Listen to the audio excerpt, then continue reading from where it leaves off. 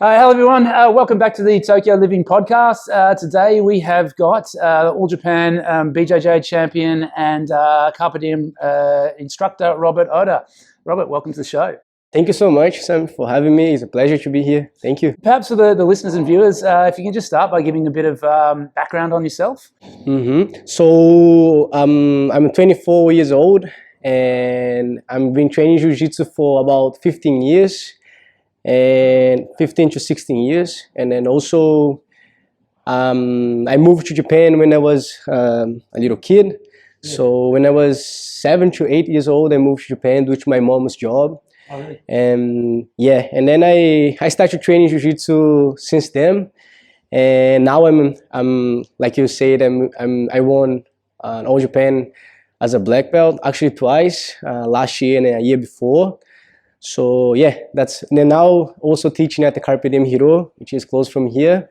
You know, you also been there a couple times. I mean, you're a member of Carpe Diem Hiro, and that's pretty much what I do for every day. Train Jiu-Jitsu, eat, sleep, wake up the other day, training again, try to be better on the mat. So basically, that's what I do every day. It's your life, huh? Yeah. What made you start Jiu-Jitsu? What got you into it? So I actually didn't know what Jiu-Jitsu looks like until I moved to Japan.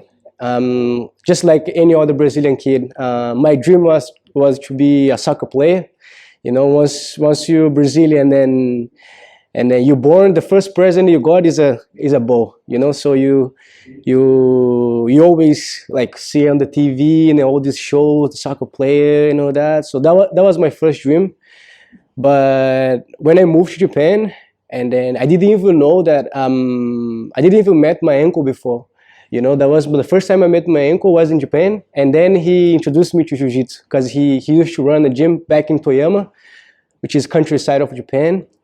And I remember when I moved to Japan, I was really shy because imagine you're 7 years old living in countryside of Brazil, which is in Manaus. And then your mom come tell you and then say, oh, now we're going to move to Japan.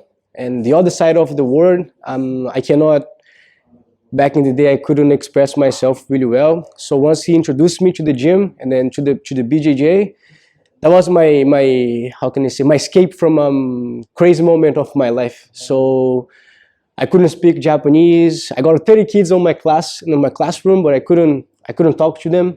But when I go to the gym, there's a bunch of Brazilian kids, so I could make some friends, and that's make me like keep going to Jiu-Jitsu. At the beginning, I'm not gonna lie, I never liked it, and I never thought about becoming my profession. You know, like was just because I like to stay there because I couldn't make friends. Yeah. You know, so but that's when I started. So that's because of my uncle. Back in the day, we didn't have much black belts in Japan. That's 2006. Yeah. So my uncle was purple belt when he started to teach to run the gym and also to teach the kids. And then that's when I started Jiu-Jitsu, just to escape from this kind of, I would say, hard moment of my life when I was a kid. That's when I started, 2006. Yeah, it's quite a while ago, and like more I train afterwards, like the time passed, and then I knew I wasn't really good at football, at soccer. I mean, and I realized that I wasn't really good, and my uncle always pushed me so hard. Like he was more at the beginning was more his dream than actually my dream. Yeah, so he was like, no, you should train, you should do this, you should do that. And then I just kept training I remember I just kept training back in the day because he was so annoying saying that every day, oh, you're gonna be good. And I wasn't believing on that for the beginning, but once I started to understand how Jiu-Jitsu can be really good impact, you know, on my life, and then be able to communicate better. From a shy kid, I start to, you know, be more confident. Even at the school, you know, I remember in the beginning I was kind of, you know, don't talk to me. I want to hide myself, kind of like that. And then once you have a confidence, you know, like through jiu-jitsu, even your behaviors change. You know, like you more like, oh man, now I know what I'm doing. Now I know when someone trying to do something on me, I can defend myself at least. So yeah, that's I remember when I started jiu-jitsu was a kind of really hard time of my life. But at the end was everything cool, you know. Jiu-jitsu taught me a lot of stuff, definitely.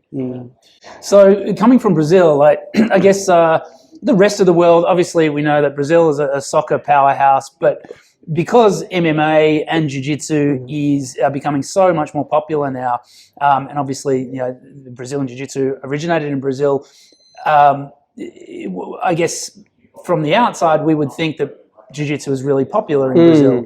Is that the case, or not as much Not as you really. think? No, not really. Because let's say MMA become like a big thing from like 10 years now, like UFC and all these kind of stars be on TV and all that. Just like from 10 years, from 10 years ago, let's say 10 to 15 years. So like I said before, jiu-jitsu wasn't I didn't even know what jiu-jitsu was. Like everyone think that I started jiu-jitsu back in Brazil, but yeah, so everyone still think like that. But you know, like my family never had a, let's say I never starved or anything. I always had food on my table, but I wouldn't say I got everything I could. So jiu-jitsu is an expensive sport. You know, like you buy let's say a kimono for 300 reals, like 300 400 reals, which is Brazilian money, is a lot. You know, is a lot of money, especially let's say for a kid training jiu-jitsu, you know. And then my mom didn't have that much money back in the day, and then it's much more cheaper to train, you know, and then have fun with soccer, because you just need a ball, you know, and then can be a shoes or whatever, and then they put the goal there, you know. They got some friends with a t-shirt team, no t-shirt team. That's basically what I did for all my childhood until I moved to Japan. So, but I still, I think like Brazilian Jiu-Jitsu, we got one of the best fighters, like so far, like all of them, let's say 80% of them always been Brazilian. So everyone thinks that Brazil, like is popular in Brazil, but at least where I used to live wasn't like that. It was more soccer or like a cheap sport, like volleyball, something like that. So I just met jiu-jitsu when I moved to Japan due to my uncle, because you know, Brazil,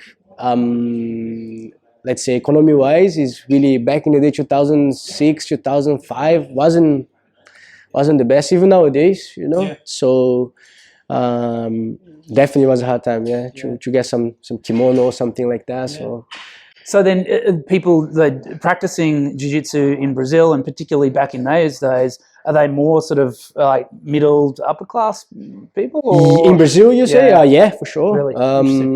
Because like we just talk, like even for you to be able to compete, you gotta pay your how can I say, your resistance fee, and also you gotta get your kimono. If you have to travel, you gotta pay your ticket to fly. So in Brazil, there's let's say a slang we call playboy. That's a playboy means like when you come from a wealthy family, that's when we call, this guy's playboy. You know, he got everything. You know, he got a cool kimono. He got a money to fly over, and then we call them playboy. So even nowadays, jiu-jitsu is still, my point of view, still a playboy sport.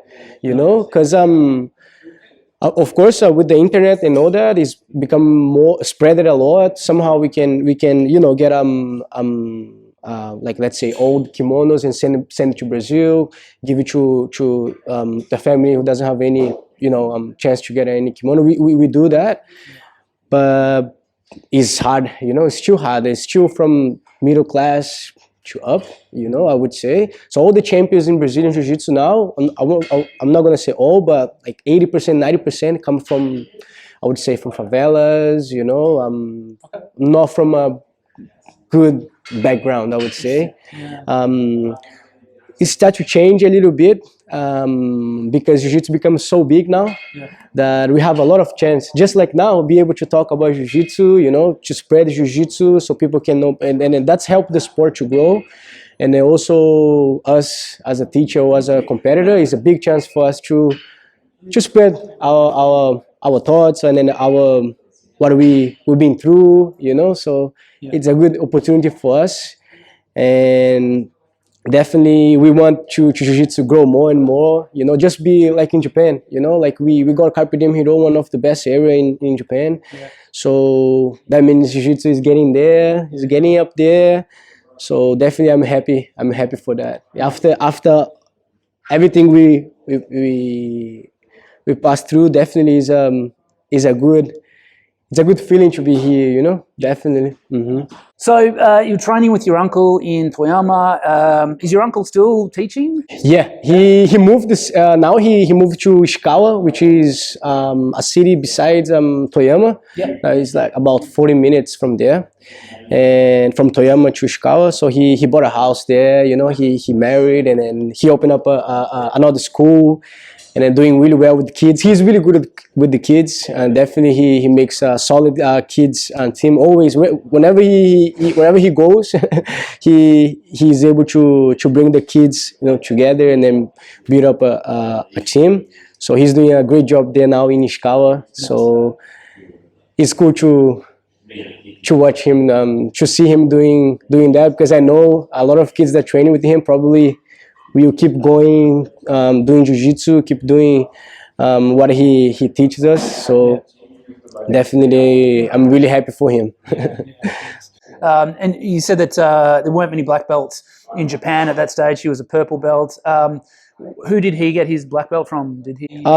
He got his black belt from the professor Mario Takayama. He was one of the few black belts back in the day that could sign up the black belt. So he got his black belt from Mario-san.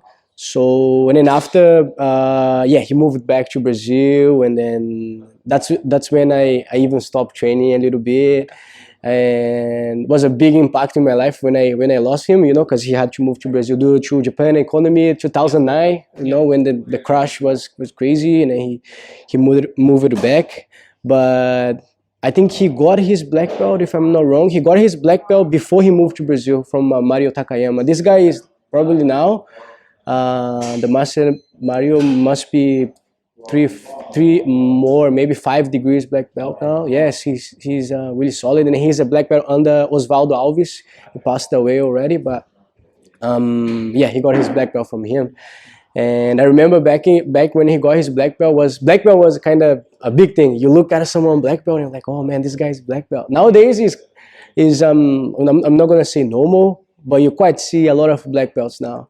But back in the day, we were like, oh man, this guy's a black belt. This guy's legit, you know. So it was really cool to see him becoming a black belt, because that's when I start to think about, oh man, this is nice. Maybe I want this for me too, you know. I guess talk of that. So coming from Kyokushin karate background, in Kyokushin, getting a black belt is a big deal. Not to talk down on other martial arts, but it is considered one of the hardest martial arts, or at least the hardest styles of karate to get a black belt in. When I was growing up, we had I knew people that were doing other martial arts that would get the black belt in like 2 or 3 years, and for me that sort of devalued it a little bit. And I worked hard. I started also when I was 8 years old, and I got my black belt when I was 15. But I think that a black belt in jiu-jitsu is a level up again. I think that to get a black belt in jiu-jitsu is a massive achievement. Mate, talk about people watching this and listening to this. Some of them will be have an understanding of martial arts and the differences. Others might not. Talk about what it actually is required to become a black belt in jiu-jitsu, and what's involved, and how hard it is. Let's say, I'm not gonna say that everyone would get in this period of time, but I would say if you start to train today 3 times a week, you're probably gonna get your black belt in 6-7 years, 6, 7, 8 years, but constantly. No, like come into the gym and then not showing up or not trying to understand the technique, because some people they come to the gym but they don't try to improve. So I think that's the biggest thing. So we always see know how good the guy is, but if he's really trying to be a better person on the mat. I think that's the be able to help another person, and then be able to be a better person every day. So because when you look to someone as a black belt, you don't just want to see them as oh man, this guy is gonna crush me up. You want to see them like oh man, this guy, he got nice behavior. Once he go on the mat, he's respect everybody. So some people, they are really good, and then they think that's enough. But I think to become a black belt, you need to have a lot of things like this one. Your behavior should be good. You should understand jiu-jitsu. Jiu-jitsu is not about strength. It's not about crushing the weaker one or something like that. You should be able to teach jiu-jitsu, because jiu-jitsu is gonna ask you back. So nowadays you let's say you're doing jiu-jitsu, but once you get your purple, your brown, your black, some other new member is gonna ask you for, oh, how can I do this? How can I do that? If you cannot answer that question, I think you're not ready to be a black belt. So it's a circle. One day you're down there. You should understand that jiu-jitsu is not about strength. Jiu-jitsu is more than that. So about helping people, to get a confidence, just like I had when I was a kid. Some people, they come to the gym to have a better life. So I think you should be able to help this kind of people also. Not about just training. So that's definitely the thing that makes a black belt different from other ones. So that's probably what I'm gonna ask for one day.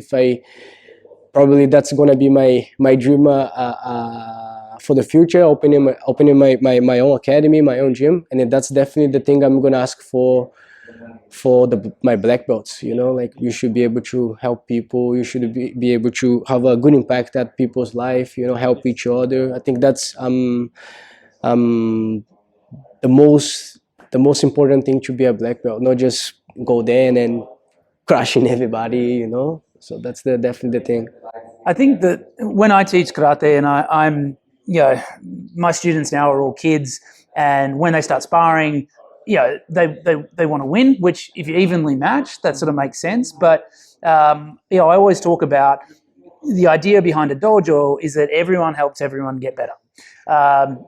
I think there are different ways in which different martial arts achieve that. And from my experience, my very long experience in karate and very short experience in jiu-jitsu, but also listening to people who have done different martial arts, there's definitely differences in the culture in a jiu-jitsu dojo and a karate dojo. I think that part of it, especially in kyokushin, in full contact karate, you're sort of helping people get better, but you're almost doing it by beating on them. And I think in some dojos, there's a little bit of more like a bullying culture, which I think is very different from jiu-jitsu. I think jiu-jitsu, everyone there is genuinely trying to help each other get better. And the black belts will be happy to have someone roll and get them in positions and even tap them, whereas you would never see that in a Kyokushin dojo.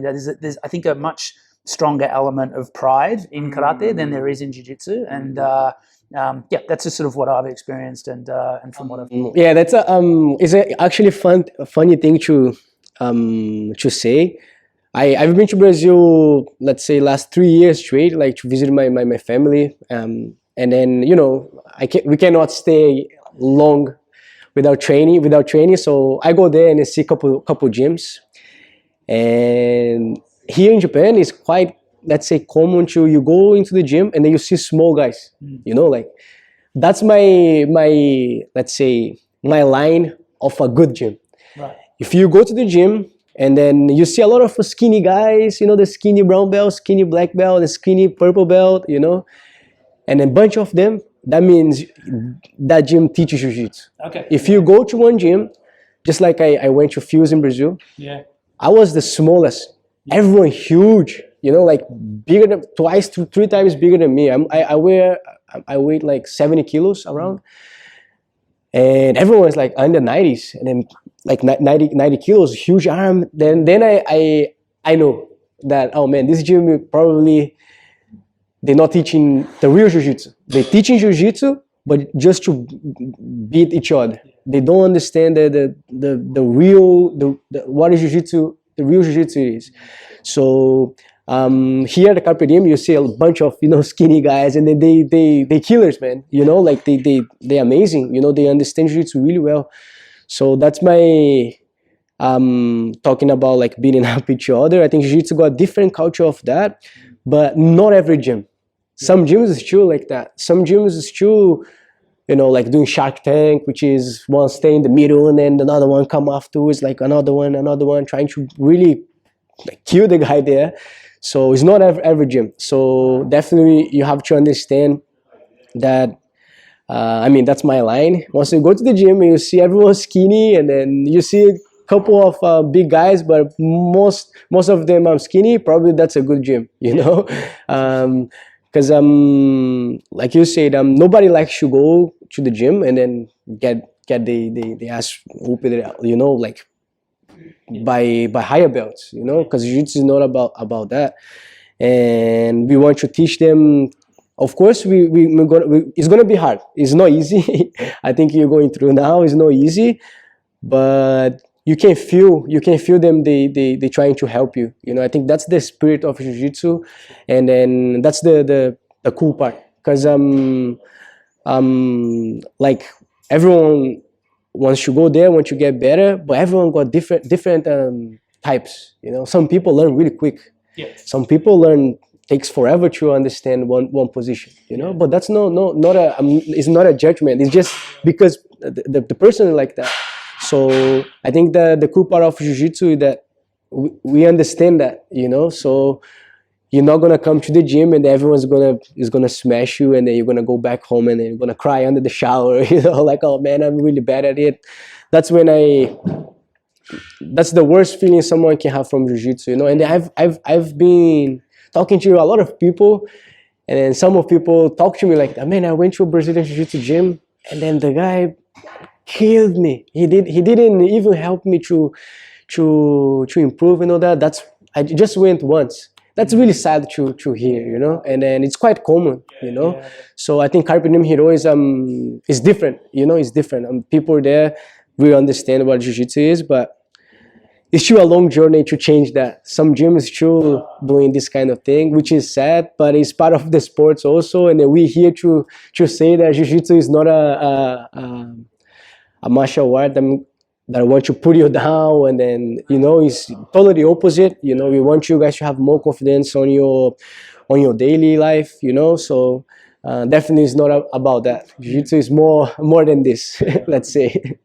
When did you then decide that you? When did you start competing, and when did you decide that you wanted to be like a high-level competitor? Like for me, I remember there was one state championship when I was 12. I can remember it was in June. It was 2 months before my 13th birthday, and at that stage, I was sort of so serious about karate, and I just had one of those days where everything clicked. I performed really well, and I won a state title. And from then, that was sort of the turning point. And then I sort of decided that I was going to dedicate, you know, a lot of my life to it. Was there any particular moment, or how did you sort of transition into being a high-level competitor? So back when we were training in Toyama, we have to travel all the time, like for Nagoya, to get a big comps, you know, because Jiu-Jitsu is big in Japan, but it's not like that you get a comp everywhere, like close to my home, especially in Toyama, was countryside, so we have to go to Nagoya every time. And then when I was, I think, 13 to 14, that's when I quit soccer, you know. And then my uncle, of course, was in my ears all the time. Look, soccer is not gonna take you anywhere. You gotta train jiu-jitsu. Jiu-jitsu is gonna be your thing. It's gonna be your life, you know. So forget about soccer and then just do jiu-jitsu. and I'm gonna sign up you at the comp. And that's when I think it was 13, 13 or 14. I don't remember really well, but and then I went there, and then I lost. And I trained a lot for this comp. I remember I trained so much, and I'm like, oh, I quit soccer already, and I'm doing jiu-jitsu now, and I'm still suck at jiu-jitsu. What I'm gonna do? What I'm gonna do now? You know. So, but that was my click. I think, you know, just like you said. I think when I lost, and I lost for kind of like a little mistake, let's say, and then that's motivated me to be better on the mat. And then after that, I trained even more, and then I had another comp after that, and then I won. I submit 2 matches of the tournament, and then I won the championship back in local comp in Nagoya back in the day. I think 2012, I would say 11, something like that.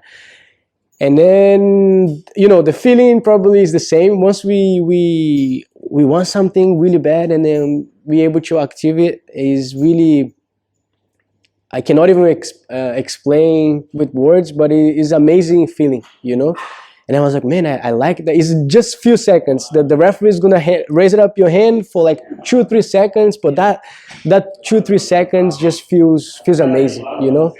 And I like that feeling. I like that that moment. I remember that I cried after the championship in the bathroom of the Budokan, and I was like, man, I like it. Maybe my uncle always been right. And then I talked to him after the comp. I'm like, look, I'm gonna train now. I'm gonna be just in jiu-jitsu. So I started to train jiu-jitsu so much, like before school, after school, and win couple tournaments. And then after, when I was 15, yeah, after 2 years on the like this hard let's say hard training sessions, I had a chance to compete in Portugal. That was my first like big tournament, European Championship. I was 15, 16, and I was a blue belt, and everything was cool for me. You know, like imagine I'm able to travel with jiu-jitsu now. I'm gonna compete Europeans, and I'm just excited for everything. So when I went there, I lost in the finals of my division, and then I remember I cried it a lot. I was like, man, I come all the way from Japan. When I lost in the finals, that's really sad. What I'm gonna do now? And then I signed up for open weight. But the open weight back in the day, I was juveniles too. So the open weight was 76 above and the 76 below. Right. So I was 76 below. I'm like, oh, I'm gonna give a try. If I win, if I lose, no problem, right? I'm here already. Portugal, man, far away from Japan, more than 15 hours flying. I'm here already. I'm gonna give a chance. And then somehow I got to the finals.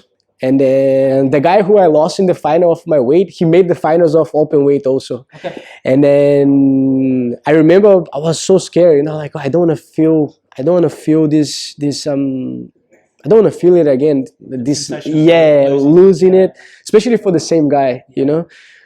But somehow I end up winning the match, you know, and then that time or that feeling again motivated me even more, you know. So I came back from Portugal with the gold medal, you know, could show my mom, and then my uncle was so proud of me, you know. And then I was like, man, that's probably what I want to do. So I started to travel around the world, you know, to compete, to train. So after that, after I decided to be like let's say good at jiu-jitsu, I lived in USA for a couple months. I moved to Gold Coast, lived in Australia for a while also, and then here in Japan, be able to travel in Japan teaching and also compete in jiu-jitsu.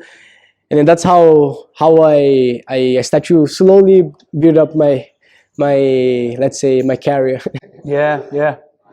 And then you went on to win national championships in Japan. Yeah, and then after the blue belt, I won Asians Open as a blue, purple, brown, and then so I won 4 times. I think 4 times Asian Open on the color belts, and then I got my black belt 3 years ago actually, 2020. And then I got my black belt 2020 December, and the next year I was able to win All Japan Championship as a light feather until 64 kilos. That was like my biggest title as a black belt. And the other year I could get another title again of the All Japan.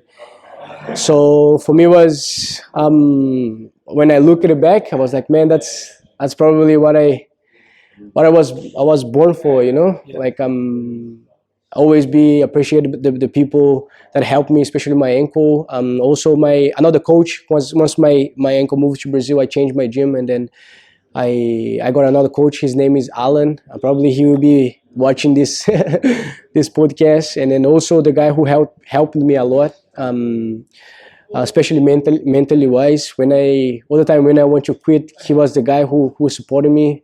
You know, so yeah, a lot of people to be thankful so far. Jiu-Jitsu is not easy because it's not professional sport, you know. So we need to have a lot of support from a lot of people.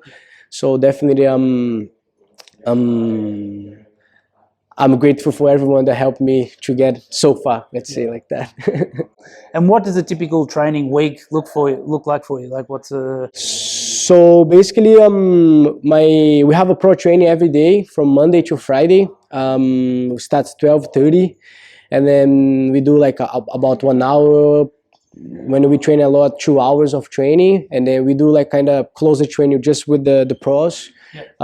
We got like one of the best environment here in Tokyo, I would say in Japan, to train, which is Carpe Diem Hiro. So everyone comes from all the gyms to train with us. So the training is really, really hard, and they're really intense. So we do a lot of rounds, and also some specific training, especially before the comps. You know, so I train at that time, and then I teach at night also, and then I do also like private sessions to my students in the morning time. So I do privates in the morning, training at from 12:30 to 2:30, and then rest a little bit, eat something, rest, and then come back at night again to teach probably 2 or 3 classes at night. So that's my routine, you know. So full of jiu-jitsu. So after I quit soccer, and then I won a couple tournaments. That was the life I always asked for. So it's kind of I cannot complain about it. Let's say like that. Is amazing to have a life. I always I would say after I decided jiu-jitsu as my profession. That was the life I was looking for. So I'm really happy to live that every day now. Definitely. And there's definitely, obviously different sides of what you're doing. You're training to, obviously compete at the highest level, but then you're teaching some people who are also competing at a high level, right down to very beginners. What do you like about teaching? What do you love about the teaching process? I think teaching itself is really we learn also. I think as a teaching also karate to your students, we also learn teaching people, right? Because everyone got just like we talked before, everyone got their own level. So I cannot teach the same thing to everyone. So I think understand people, how people think, and how a good impact we have at people's life. I think that's the best thing about jiu-jitsu, you know, like teaching. I mean, some of them, they're not competing at the highest level, but they come like, oh man, after I started training jiu-jitsu, I stopped smoking. You know, like after I started jiu-jitsu, I lost 10 kilos. You know, I started to eat well. So we're not talking about highest level competitors, but like casually practice, people that practice just for fun, and then they come and with this feedback, you feel like, man, that's awesome, you know, like I can't believe jiu-jitsu having this amazing impact on people's life. So that's what I love the most, you know, like about teaching. And then we learn also, You know, everyone got their own style, everyone they got their own pace. So we learn that everyone is not the same. Everyone got their own way of thinking, and then their own way of see jiu-jitsu. Just like in karate, it's not something that works for you, is not work for someone else. So I think we also learn about people, you know. So that's a cool part of teaching for sure. Understand that everyone is not the same, you know. I think that I mean, you see a lot of people that yeah, in popular media and you know, famous podcast hosts, that a lot of people do jiu-jitsu, and a lot of people that are quite scientific and quite creative do jiu-jitsu, and I think there's, you know, a lot of benefits, you know, in terms of like discipline and hard work and lifestyle and things like that. I understood all that from karate. It wasn't anything new. Doing jiu-jitsu for me has actually changed the way I view karate, because doing karate, it's faster. Everything's happening a lot more rapidly, but it's also, I think, the way that I trained, I relied on technique and physicality. I relied on being strong, and a lot. When I was competing, my strength was my stamina, so I could outlast people. But it was mostly, you know, physicality and technique, not so much strategy. And so doing jiu-jitsu has actually made me think more about the strategy of karate, because jiu-jitsu is so much strategy. Obviously, there's physicality, maybe less important. It's still important, but less important. The technique is definitely important, but the strategy and how you're reacting, because if you're doing karate, the reactions are very quick, and there's less that you can actually do consciously. Whereas with jiu-jitsu, some of it needs to be subconscious and needs to be feeling. But when you're rolling with someone that's a lot more advanced than you, you can tell when you're doing a move on them, they're not only thinking about how to defend against your move, but they're already thinking, you know, 3 or 4 moves ahead. There's no, like, you're just so far ahead tactically that you can't catch up.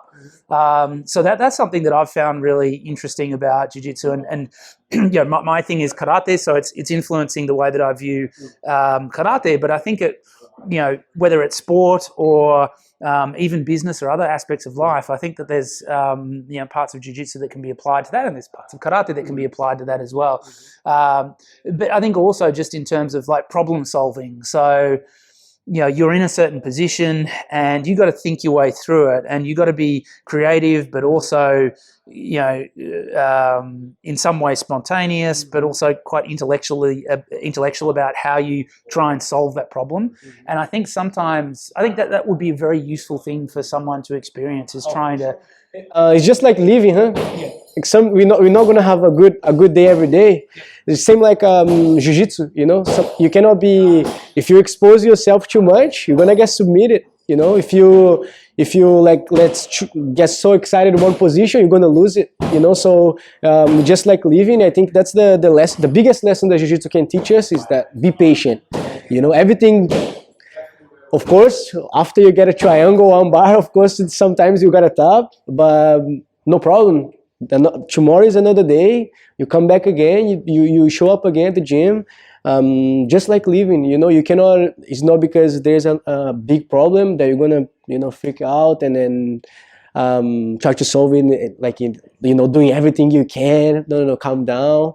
You know, so I think jiu-jitsu teaches us to be really patient. Once you understand that it's not about strong, or it's not about speed, of course helps, like we're talking about, yeah, help a lot for sure. But to understand what's going on, to find, you know, what are you doing, that's the you know, the biggest thing jiu-jitsu can teach us. Be patient, everything is going to be all right, especially nowadays, have a lot of problems going on. So I think that's one of the reasons, like you said, people, like big people, like I'm not going to remember anyone that famous training jiu-jitsu now, but there is a bunch of people that train this, and they talk good about jiu-jitsu because it's like a therapy, you know. Yeah. Of course, your body gets tired for sure, but your mind after the training, probably you can tell. it's amazing. It's amazing feeling, you know, like you're like, oh man, I did it today also, you know, can't wait to do another one, you know. So just like any other martial arts, I think it's like that. It's cool because people say that jiu-jitsu is like a human chess, and then it's for sure like that. Like if you do one thing, let's say wrong or miss the timing or something like that, just any other martial arts like that, but Jiu-Jitsu, you pay the price, you know, like, oh, you start to expose your arm, someone gets your back, like just like that, you know. So you have to be really, really there, you know. You cannot be training Jiu-Jitsu thinking about what you're gonna have for dinner, you know. You gotta be there, otherwise you're gonna get exposed and then you're gonna get submitted, you know. I think that's a really cool thing, you know, because I think everyone got this feeling when they train jiu-jitsu, they forget about what's going on outside of the mat. They just be there focusing. I think, yeah, if you want to move your body and then, you know, be able to learn some martial arts, karate and then also jiu-jitsu definitely is a big thing to do, you know. I really recommend everyone everyone should train jiu-jitsu at least once, you know, or for a while in their life. I think even the way they see the life is going to change a little bit, you know, definitely for better, for sure. So, what's in store for the future? What are your sort of short-term goals? And then, I mean, you mentioned before about wanting to open a club of your own one day. Yeah, I'm still 24 years old, so I think I should have my body is pretty, let's say, new, and I want to compete a few more years, and then be able to fight against the you know, the best in the world. So my short-term goal for this year is to win Asian Open as a black belt. That would be my first Asian Open as a black belt. If I win that, I will be able to compete at Worlds. So my focus now is definitely win the Asians, and then next year is to fight at the biggest stage. You know, to represent you know, everyone that helped me so far. For me, will be you know, a big thing. That's something personal. You know, is not about the sports. It's something that I'm gonna do it for everyone. You know, so like for my uncle that always been, you know, annoying guy, and then, you know, never allowed me to quit. Also Alan, you know, this guy that always helped me a lot. You know, the Carpe Diem, all the members that helped me. So definitely I want to pay back, and then, you know, like, we know Asians and be able to represent each of them at the biggest stage, you know. And after I stop competing, definitely I want to be I want to open my own place, have my own way to teach jiu-jitsu, and, you know, have my own, let's say, my own legacy, you know. Like I wanna everyone, even from the countryside of Brazil, or even from Japan, and look at me and look what I did. Even though coming from a small place, I'm like, oh man, I can be like this guy too, you know. Like I can be like, or even better. I want them to be better than me, you know. Like, I'm not saying I'm the best, but I want them to go even further than I did, you know. So definitely my goals for the future is to be able to help people, you know, be able to still have a good impact at people's life, you know. More people we bring to jiu-jitsu, for me, is better. Just like we said before, everyone should train jiu-jitsu at least once one day on their life. So that's definitely my goal, you know, spread jiu-jitsu, have a good impact on people's life, you know, and help people to live better, you know. Definitely that's my goal for the future. So for people watching, if they want to find out a little bit more about you, are you sort of active on social media?